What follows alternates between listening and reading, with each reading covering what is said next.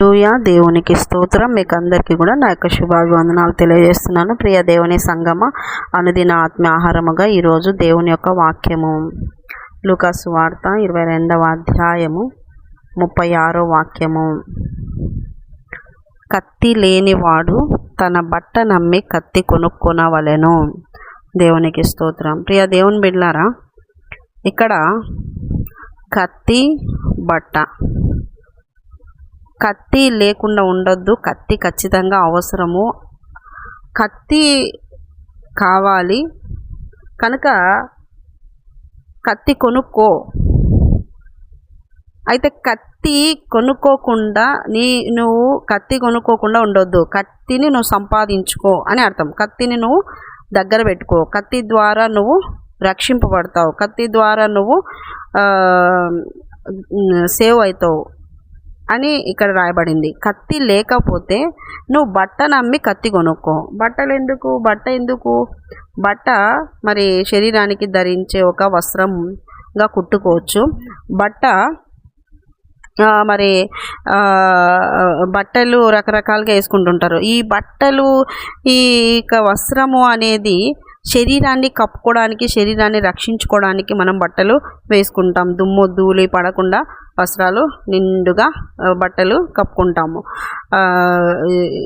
కళ్ళొక్కటే కనిపించేటట్టు కూడా మొత్తము వస్త్రంతో, బట్టలతో శరీరాన్ని కప్పుకుంటాము. ఏ క్రిములు ఏవి పడకుండా ప్రొటెక్షన్ కోసం, శరీర ప్రొటెక్షన్ కోసం మనం వస్త్రాన్ని, బట్టను వాడుకుంటాం.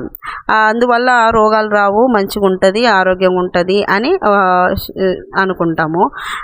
మరి ఎండాకాలం అయితే అలాగ ఫుల్గా వేసుకుంటే, లేకుంటే ఈ యొక్క సూర్యుని యొక్క ఎండకి మరి శరీరం అంతా కమిలిపోతుంది, నల్లగైపోతారని చాలా జాగ్రత్తలు పాటిస్తుంటారు. అంటే బట్ట, వస్త్రము శరీరాన్ని రక్షించేదిగా ఉంది, శరీరాన్ని ఆరోగ్యంగా ఉంచేదిగా ఉంది, శరీరానికి కాపుదలగా ఉంది. అయితే ఇక్కడ ఏమంటున్నారంటే, నువ్వు ఒకవేళ కత్తి లేదేమో, కత్తి లేకుండా ఉండవేమో. కత్తి లేకుండా ఉండొద్దు. కావాలంటే బట్టను అమ్మి అయినా నువ్వు కత్తి కొనుక్కో అంటున్నాడు. అంటే బట్టలు కొనుక్కోవడానికి ఇచ్చే సొమ్ముతో నువ్వు కత్తి కొనుక్కో. బట్టలు తీసుకునే సొమ్ముతో బట్టలు కొనుక్కునే బదులు బట్టలు ఒకవేళ కొనుక్కునే అది కూడా అమ్మేసేసి అది కత్తి కొనుక్కో అంటున్నాడు. అంటే ఎంత విలువ కత్తికి ఇస్తున్నారో చూడండి. ఇక్కడ బట్ట కంటే వస్త్రాల కంటే కత్తికి విలువ ఎక్కువగా ఉంది. అంటే అర్థం ఏంటి అంటే, శరీరాన్ని కాపాడేది, శరీరాన్ని ప్రొటెక్ట్ చేసేది ఈ వస్త్రం అయితే, ఆత్మను కాపాడేది, ఆత్మను నశింపకుండా పరలోక రాజ్యం చేసేది ఈ కత్తి. కత్తి దేనికి గుర్తు అంటే వాక్యానికి గుర్తు. వాక్యము ఖడ్గము లాంటి వాక్యము రెండంచులు కలిగినటువంటి ఖడ్గం వంటిది. వాక్యము అంతరంగములోకి జొచ్చి మూలుగులను సహా మరి ఛేదించేదిగా ఉంటుంది వాక్యము. అంటే నీ ఆత్మను ప్రొటెక్ట్ చేసేది, నీ ఆత్మను రక్షించేది, నీ ఆత్మకు కాపాడేది ఈ వాక్యము. కనుక నువ్వు దేనికి ప్రియారిటీ ఇస్తావు, దేనికి ప్రాముఖ్యతనిస్తావు అంటే నువ్వు కత్తికి ప్రాముఖ్యమే. బట్ట ముఖ్యము కాదు. బట్ట అయినా పాతగిలిపోతుందేమో, బట్ట అయినా పిగిలిపోతుందేమో, బట్ట అయినా కొంతకాలానికి పాడైపోతుందేమో, కానీ కత్తి మాత్రము నీకు, నీ ఆత్మ ఉన్నంత వరకు నీకు కత్తి ఉంటుంది. ప్రియ దేవుని బిడ్డలారా, ఒక మాట మనం చూసుకున్నట్లయితే హెబ్రీలకు రాసిన పత్రిక 4వ అధ్యాయము 12వ వాక్యము. దేవుని వాక్యము సజీవమై బలము గలదై రెండంచులు గల ఎటువంటి ఖడ్గము కంటేను వాడిగా ఉండి ప్రాణాత్మలను, కీళ్లను, మూలుగను విభజించునంత మట్టుకు దూరుచు హృదయం యొక్క తలంపులను, ఆలోచనలను శోధించుచున్నది. హల్లెలూయా. దేవునికి స్తోత్రం. ఈ యొక్క వాక్యము యొక్క శక్తి ఏంటిదో తెలుసా? ఈ వాక్యము నీ అంతరంగములో పుట్టే ఊహలను ఈ వాక్యం శోధిస్తుందంట. శోధించి తప్పు తప్పు తప్పు, ఇలా చేయకూడదు, ఇలా ఉండకూడదు, ఇలా మాట్లాడకూడదని నీ ఆత్మను శుద్ధి చేసేదిగా ఉంది, నీ ఆలోచనలను కడిగేదిగా ఉంది. దేవుడు నోవాహు దినాల్లో ఏమి చూసి నాశనం చేసినాడు, ఏమి చూసి జలప్రలయాన్ని రప్పించిన అంటే నరుల ఆలోచనలు, ఊహలు చెడ్డవి అన్నాడు. లోతు దినాలు ఎట్లుంటాయి, నోవాహు దినాలు ఎట్లుంటాయి అట్లుంటాయి, నేను వచ్చే రాకడ దినాలు అన్నారు. ప్రస్తుత దినాలు ఇలాంటివి ఉన్నప్పుడు నువ్వు దేనికి ప్రియారిటీ ఇస్తున్నావు? వాక్యమునకు భోజనమునకు ఇస్తున్నావా, వస్త్రాలకు ఇస్తున్నావా? వాక్యానికి ఇయ్యారండి చాలామంది. ప్రతి సంవత్సరం నేను అంటాను, ప్రతి సంవత్సరం కూడా మరి బట్టలు తీసుకుంటాం కదా, అలాగా ఒక ఒక ఒక ఒక పాత నిబంధన కొత్త నిబంధన కలిగినటువంటి బైబిలు అది కాస్ట్ పెరిగింది, ఇప్పుడు 300-400 అయింది. సో ఆ 400 బైబిల్ తీసుకొని ఒకరికి గిఫ్ట్గా ఇవ్వు.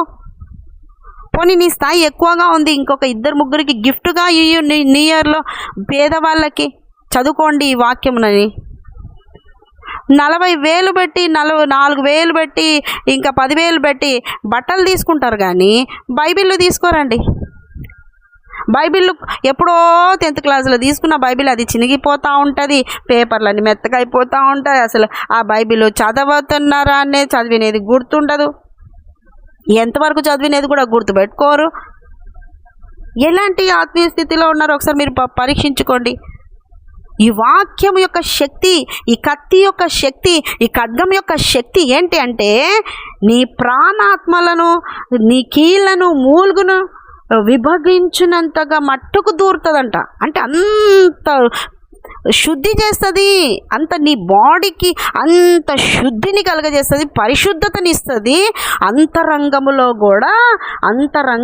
కూడా ఎలా ఉంటుందంట, హృదయం యొక్క తలంపులు, ఆలోచనలను శుద్ధి చేస్తుంది. హల్లెలూయా. అటువంటి గొప్పదైనటువంటి ఆ కత్తి కొనుక్కోకుండా, ఆ గొప్పదైన వాక్యమును కొనుక్కోకుండా, వాక్యమునకు వెచ్చించకుండా డబ్బును వస్త్రాలకు వెచ్చిస్తూ ఉన్నారు. డబ్బును వాక్యము నిమిత్తము వెచ్చించాల్సిన డబ్బు వస్త్రాలకు, బాగా బ్రతుకును పరిశుద్ధతలోకి నడిపించవు వాక్యానికి ఇవ్వాల్సినటువంటి డబ్బును దేనికి ఇస్తున్నారు?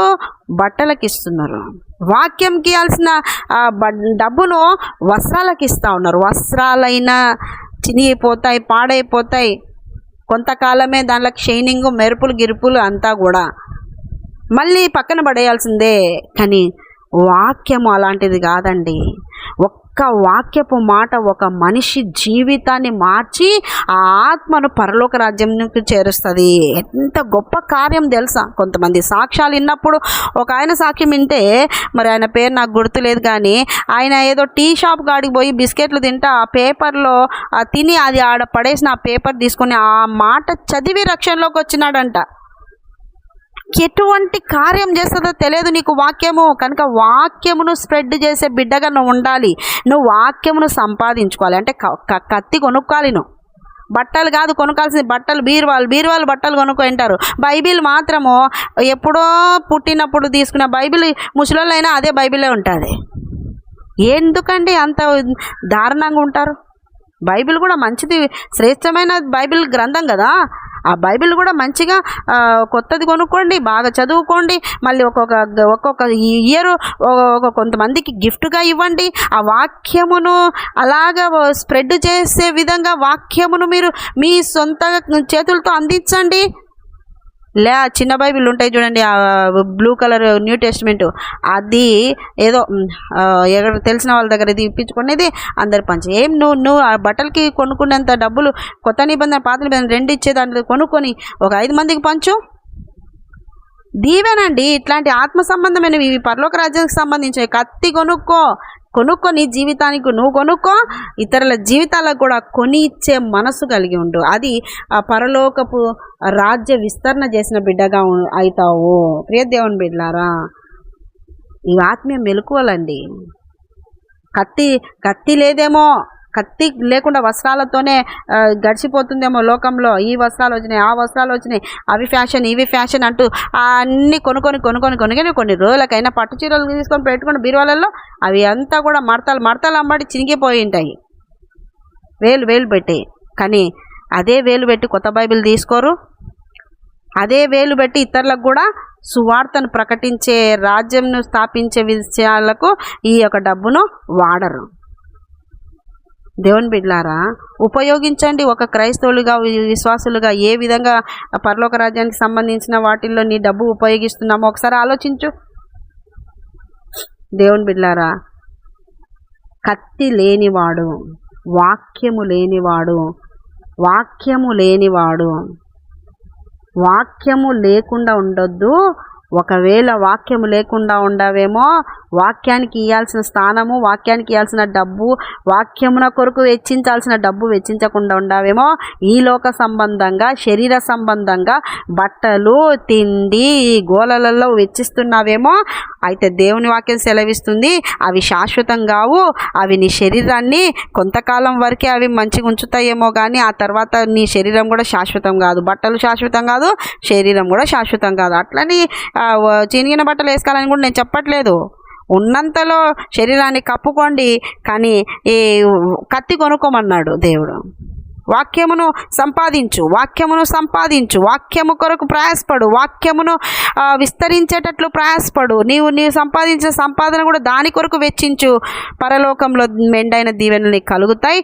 అంతేకాదు నీ ఆత్మను చక్కగా నడిపిస్తుంది. నీ ఆత్మ నాశనానికి పోకుండా, నరకానికి పోకుండా పరలోక రాజ్యం పోయే విధంగా ఈ వాక్యము నిన్ను కడుతుంది, బలపరుస్తుంది, సిద్ధపరుస్తుంది, నీకు నేర్పిస్తుంది, నిన్ను శుద్ధి చేస్తుంది, నిన్ను అన్ని విధాలుగా బలపరుస్తుంది. కనుక ప్రియ దేవుని బిడ్డలారా, హృదయంలోని అంతరంగంలోని ఊహలు ఆలోచనలు ఇవన్నీ కూడా శుద్ధి చేసే విధంగా ఉంటుంది. కాబట్టి వాక్యాన్ని వినండి, వాక్య ప్రకారం బ్రతకండి. అటు కృప మీకు అందరికి కలుగును గాక. ఆమేన్. చిన్న ప్రార్థన చేసుకుని యేసయ్యా నీకు వందనాలు. దేవా, విన్నవారిని దీవించండి, మార్పు దయచండి, కాపుదల దయచండి, క్షేమం దయచండి. యేసు పరిశుద్ధ నామములో అడుగుతున్నాం మా తండ్రి. ఆమేన్, ఆమేన్, ఆమేన్. యేసు రక్తమే జయం, శిలువ రక్తమే జయం. ప్రవేశ నామానికి సంపూర్ణ విజయం కలుగును గాక. Amen, amen, amen. Good morning. Praise lord. దేవుడు మళ్ళీ దీవించును గాక. ఆమేన్.